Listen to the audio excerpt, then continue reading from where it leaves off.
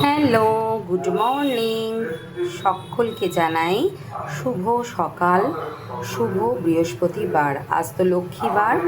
যাই হোক, আজকে আমি ব্রেকফাস্ট একটা বানাচ্ছিলাম, তাই ভাবলাম তোমাদের সাথেও শেয়ার করে নিই। ভীষণ হেলদি। দেখো, আমি এখানে ব্রাউন ব্রেড নিয়েছি, যেটা হুইটের মানে আটার, ঠিক আছে, আটার ব্রাউন ব্রেড নিয়েছি।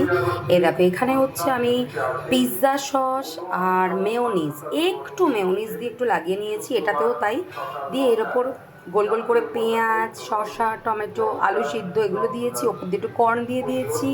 এরপর এর ওপর দিয়ে আমি দিয়ে দেবো একটু গোলমরিচ গুঁড়ো। সব কিছু আমি রেডি করেই নিয়েছি। এবারে আমি শুধু ওপর দিয়ে দিয়ে দিচ্ছি একটু গোলমরিচ গুঁড়ো, যাতে একটু টেস্ট লাগে আর কি। আর আমি আলুটা নুন দিয়েই সিদ্ধ করেছিলাম, ঠিক আছে, তাহলে খেতে ভালো লাগবে আর কি। তো এই দিয়ে দিলাম, দিয়ে একটু বেশি করে দিতে বললো, তাই একটু বেশি করেই দিয়ে দিলাম। দিয়ে এই যে এইটা ওপর দিয়ে দিয়ে দিচ্ছি। এগুলো কিন্তু কাঁচা পাউরুটি, এখনও এর মধ্যে কিচ্ছু আমি পাউরুটি ভাজিনি। আর এটা হচ্ছে ব্যাক সাইডটা, দেখো, ওটাও এত সুন্দরভাবে খেয়ে নেয়। যাই হোক, এইবার আমি দেখো এখানে তাওয়াতে অলরেডি বাটার দিয়ে দিয়েছি একটু ব্রাশ করে। এইবার এই যে নিয়ে বাটারের ওপর বসিয়ে দেবো। একটা শশা বেরিয়ে গেছে, কোনো অসুবিধা নেই, এটাতে ঢুকিয়ে দিলাম।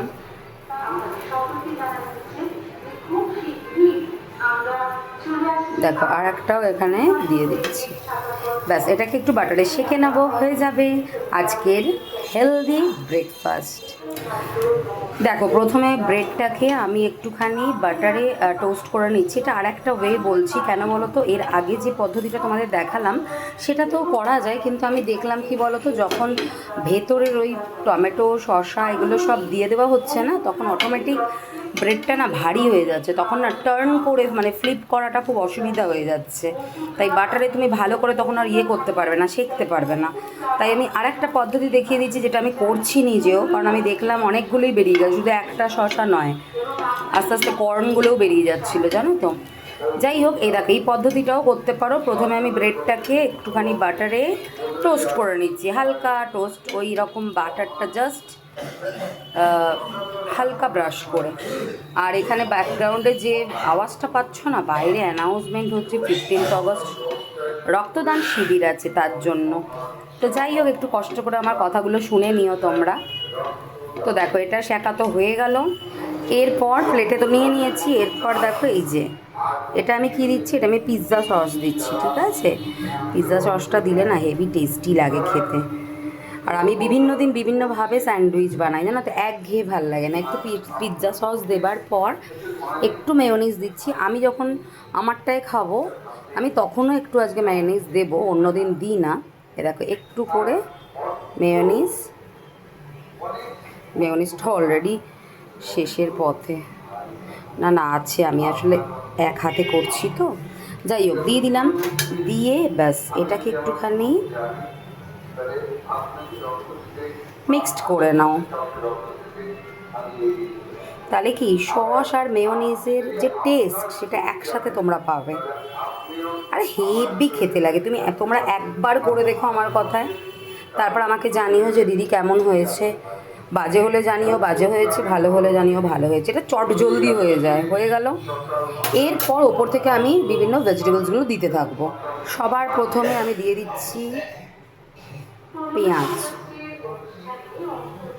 আমি একটু বেশি বেশি করে দেব, যাতে এর মাধ্যমে আর কি শান একটুখানি বেশি বেশি ভেজিটেবলস খেয়ে নেয়।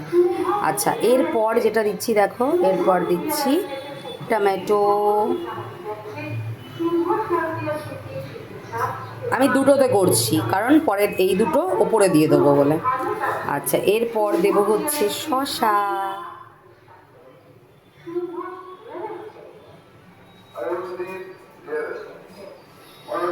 এরপর দিচ্ছি আলু সিদ্ধ, বেশি নয়, আলু সিদ্ধ একটা একটা করে দিলাম, যাতে মুখে পড়লে ভালো লাগে। আর মাঝখান করে দিচ্ছি, ঠিক আছে। এরপর আর একটা জিনিসও দেবো, এই দেখো, কর্ন।